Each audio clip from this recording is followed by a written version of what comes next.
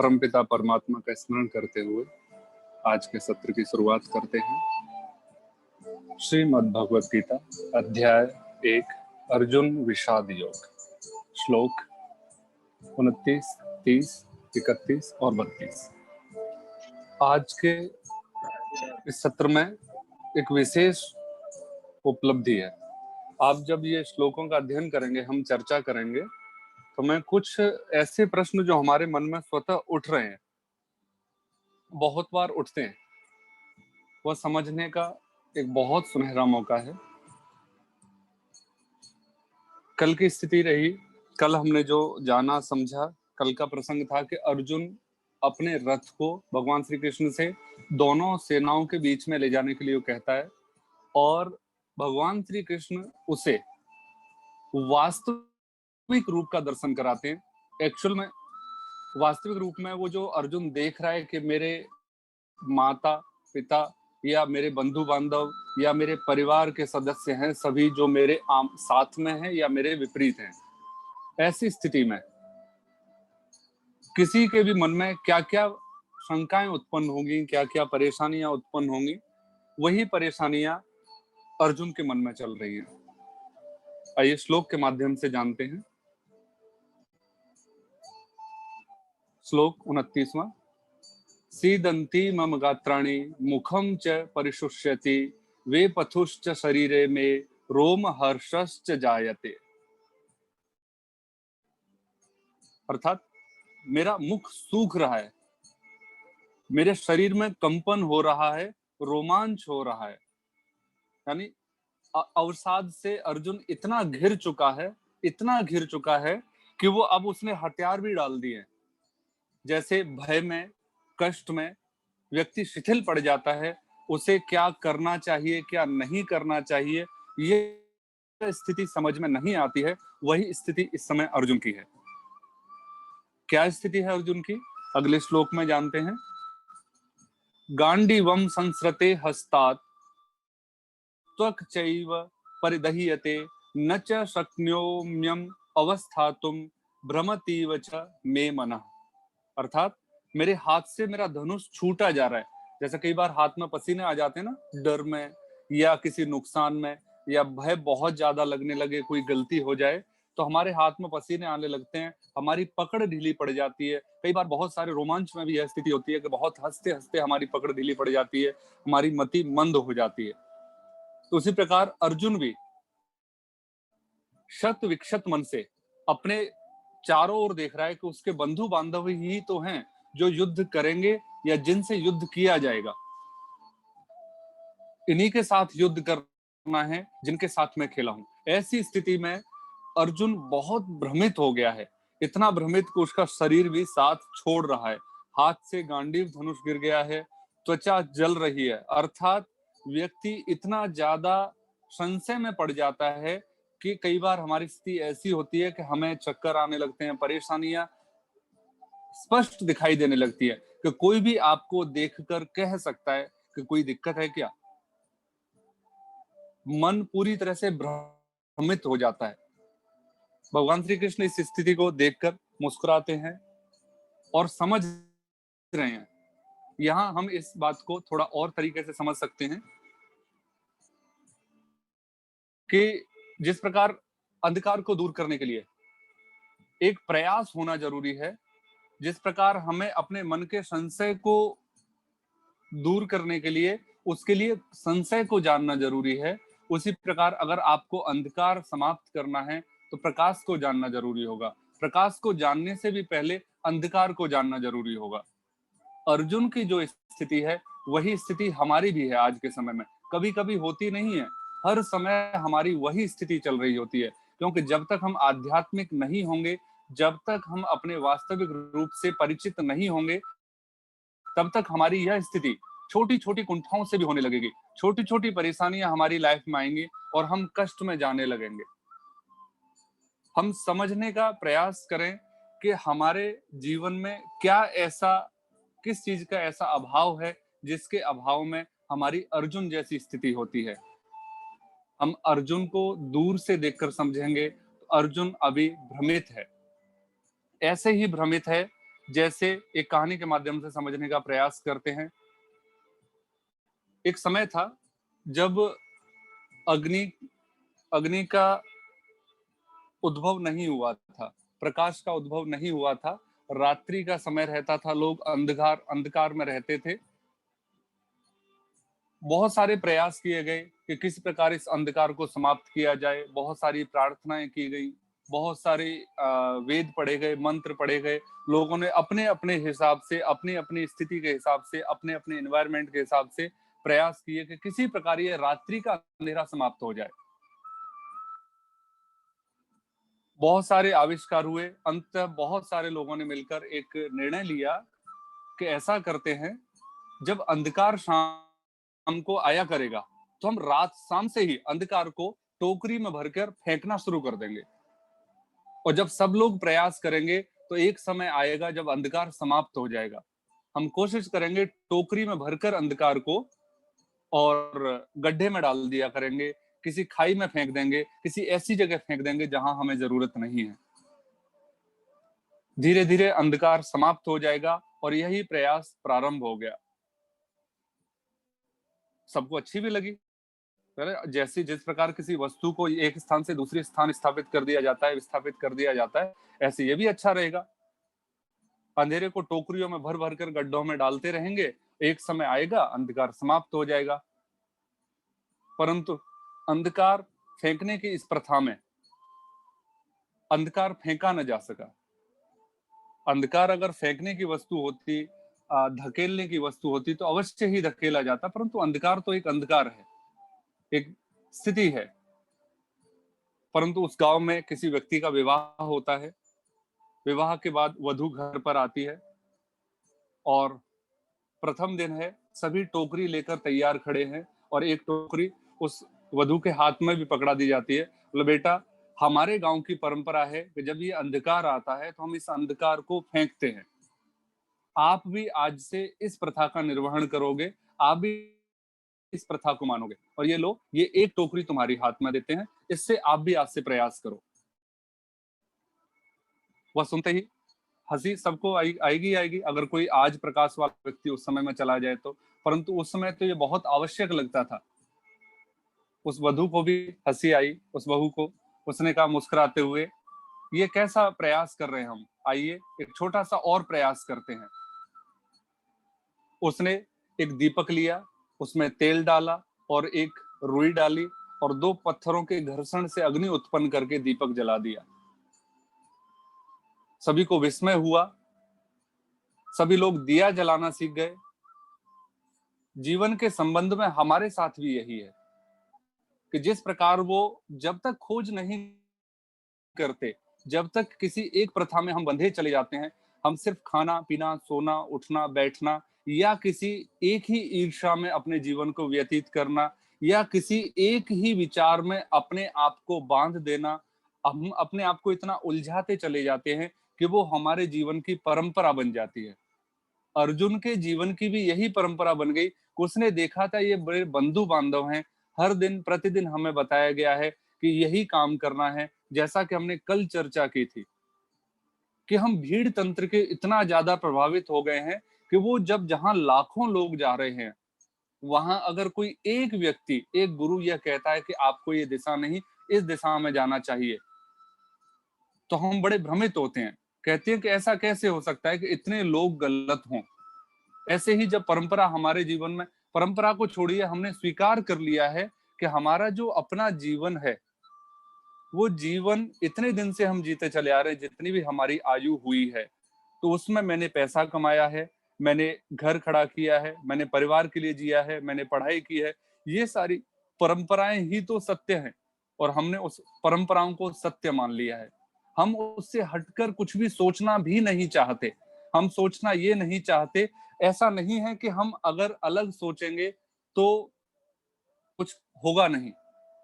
बस ये इसलिए है कि हमारे अंदर जो अहंकार ने स्थिति बना ली है कि नहीं, अगर ऐसा नहीं हुआ तो मुझे न्याय नहीं मिलेगा, ऐसा नहीं हुआ तो मेरा ये कार्य संपन्न नहीं होगा। हम जिस कार्य को कार्य माने बैठे हैं, वही स्थिति अर्जुन की है, वही स्थिति हमारी है। वह मोह भ्रमित होकर उसने गांडीव रख दिया है, उसने धनुष रख दिया है, उसने अपने सारे अस्त्र शस्त्र रख दिए हैं। हम भी ऐसे ही अस्त्र शस्त्र डाल चुके हैं। हम खाना खाने को अपना कार्य मान चुके हैं। हम इस संसार में जीवन जीने को ही अपना कार्य मान चुके हैं। हम व्यवसाय को ही अपना कार्य मान चुके हैं। हम चुगली को ही अपना हम चुगली करना या बहुत सारी ईर्ष्या करने को ही अपनी योग्यता मान चुके हैं। हम किसी की बुराई करते हैं, हम सोचते हैं कि हम अच्छे मायने में एक क्रिटिक हैं, समीक्षक हैं। यही परंपरा ने हमें इस कहानी के माध्यम से समझने का प्रयास करना है कि कहीं हम जिस परंपरा को माने चले जा रहे हैं, क्या सच में ऐसा तो नहीं है कि हम बहुत सालों से अंधकार को फेंकने का प्रयास कर रहे हैं। हम कभी शांत बैठकर हमने ये सोचा है कि क्या इस जीवन में मैंने 20 साल, 25 साल, 40, 50, 60, 70 साल कभी दीपक जलाने का प्रयास किया है? क्या मैं इतने दिनों से वही जीवन जीता रहा हूँ, खाना, पीना, उठना, बैठना, पैसा कमाना। कल देखा था हमने 99 का चक्कर, उस 10 रुपए के लिए उसने फिर दोबारा प्रयास किया। ऐसे ही आज भी क्या मैं जो आज का मैंने कार्य किया, कल मैंने जो कार्य किया था, क्या ये मेरे अस्तित्व से जुड़ा हुआ है? क्या मेरा अस्तित्व इतना ही है कि सुबह उठना, चर्चा करना, खाना-पीना, व्यवसाय में लगे रहना, शाम को घर आकर फिर बैठ जाना, सो जाना। यही अंधकार चल रहा है। हम इसी अंधकार को गड्ढे में डालने का प्रयास कर रहे हैं। हम कोशिश कर रहे हैं कि अंधकार समाप्त हो जाए। हम कोशिश नहीं कर रहे कि एक दीपक जलाया जाए, प्रभु पाने की आकांक्षा प्राप्त की जाए, आकांक्षा को जगाया जाए, परमात्मा को जानने का प्रयास किया जाए, अपने आप को जानने का प्रयास किया जाए। हमें लगता है अर्जुन की तरह कि कोई आए और हमारा कल्याण कर दे, जबकि हमें समझना है। आइए अगले 2 श्लोकों के माध्यम से समझते हैं कि अर्जुन के अंदर या हमारे अंदर कितना अंधकार और है, और हम उसे और समझ भगवान श्री कृष्ण के माध्यम से और समझने का प्रयास करेंगे। अगला श्लोक 31वां और 32वां। निमित्तानि च पश्यामि विपरीतानि केशव, न च श्रेयो अनुपश्यामि हत्वा स्वजनम आहवे। मैं खड़ा रहने में भी असमर्थ हो गया हूं भगवान। मेरे शगुन जो हो रहे हैं ये भी विपरीत हो रहे हैं, गलत शगुन आ रहे हैं, अपशकुन हो रहे हैं मेरे सामने। युद्ध में अपने जनों को भी कोई भला मारता है क्या? अब इसको इस तरह से हम समझ सकते हैं कि मैं ये जो कार्य कर रहा हूं इतने सालों से, क्या ये भी गलत हो सकता है क्या? अरे हमारे जो घर के बड़े पुरुष थे, जो बुद्धिमान थे, जिन्होंने ये व्यवसाय खड़ा किया या जिन्होंने इतना अध्ययन, उच्च डिग्रियां प्राप्त की या जिन्होंने समाज में मान प्रतिष्ठा प्राप्त की, वो भी तो जीवन का पालन कर रहे थे। उन्होंने भी तो हमारा पालन किया है, उन्होंने भी तो घर बनाए थे। पर हम भूल जाते हैं कि हमसे पहले हजारों सालों पहले भी बहुत बड़ी-बड़ी सभ्यताएं हुई हैं, आगे भी बहुत बड़ी सभ्यताएं होंगी। फर्क है तो सिर्फ इतना कि जिसने अपने आप को जान लिया है, उसने स्वयं को पहचान लिया है, जिसने अपने आप को समझ लिया है, वही इस भंवर से निकल चुका है, उसी ने दीपक जलाने का प्रयास किया है। अन्यथा हम सिर्फ टोकरी में भर-भर कर अंधेरा फेंकने का प्रयास कर रहे हैं। जिस प्रकार अर्जुन समझने के लिए भी मोह में ग्रसित होता जा रहा है, भगवान श्री कृष्ण के साथ रहते हुए भी अर्जुन के अंदर इतना मोह है, तो अंदाज लगाइए हमारे अंदर कितना मोह होगा, हमारे अंदर कितना द्वेष होगा, हमारे अंदर कितना क्रोध होगा। अगले श्लोक को और समझते हैं। न कांक्षे विजयम कृष्ण, न च राज्यम सुखानि च, किम नो राज्येन गोविंद, किम भोगैहि जीवितेन वा। और गहराई आ गई है मोह की कि कृष्ण, मुझे नहीं चाहिए कोई जीत जो मुझे अपनों की मृत्यु से मिले, अपनों की मृत्यु मुझे खुद देनी पड़े, उनसे लड़ना पड़े, उनसे संघर्ष करना पड़े। न ऐसा राज्य चाहिए, न मुझे ऐसा कोई सुख चाहिए जिसमें मेरे अपनों का ही मुझे वध करना पड़े। हे गोविंद, ऐसे राज्य से, ऐसे भोगों से, ऐसे जीवन से क्या अभिप्राय? मेरा ये जीवन जीवन कहलाएगा? इस बात को समझने के लिए हमें थोड़ा-सा और गहराई में जाना पड़ेगा। भगवान श्री कृष्ण की एक बात हम सभी जानते हैं भगवान श्री कृष्ण ने अर्जुन से कहा कि चल ठीक है, तू मोह में है, द्वंद्व में है, तू मुझ पर तो भरोसा करता है। हमारे भी जीवन में कई ऐसे व्यक्ति होते हैं जिन पर हम पूर्ण भरोसा करते हैं, परंतु हमारा मूर्ख चित्त हमारे लिए गए निर्णयों को, हमारी ली गई स्थिति को इतना व्यथित कर देता है कि जो व्यक्ति जिस समय हमें जितना समझ आता है, वही व्यक्ति कुछ समय बाद हमारे लिए व्यवधान बन जाता है, अवरोध बन जाता है। हम भूल जाते हैं कि एक मन स्थिति अगर हम पालन करना है, एक मन स्थिति आर या पार, तो भी हमारा कल्याण हो सकता है। भगवान श्री कृष्ण यहाँ कह रहे हैं कि सब चीजें त्याग दे, छोड़ दे कुछ देर के लिए, मत सोच अपना पराया, धनुष छूट रहा है, तेरा शरीर कांप रहा है, तेरे को राज्य नहीं चाहिए, तुझे युद्ध नहीं करना है, कोई बात नहीं, सिर्फ माम एकम शरणम व्रज, तू सिर्फ मेरी शरण में आ जा, मैं हूं, मेरी शरण में आ जा, मुझ एक की ही शरण में आया। तो हम सोच रहे होंगे कि भगवान श्री कृष्ण कह रहे हैं कि भगवान श्री कृष्ण की शरण में आ। ऐसा हो सकता है कि कृष्ण कहें कि कृष्ण की शरण में आ, तो हम बड़ी भूल कर रहे हैं। यहां श्री कृष्ण हमें समझाना चाह रहे हैं, या यूं मान के चलो जो भी हम अपने आप को कृष्ण भक्त मानते हैं, या गुरु भक्त मानते हैं, या शिव भक्त मानते हैं, या विष्णु भक्त मानते हैं, तो क्या वो हमसे कह रहे हैं विष्णु भगवान के विष्णु की शरण में आ जाओ? कि कृष्ण कह रहे हैं अर्जुन से कि तू मेरी शरण में आ, या सिर्फ भाषा के कारण एक भ्रम पैदा हो रहा है?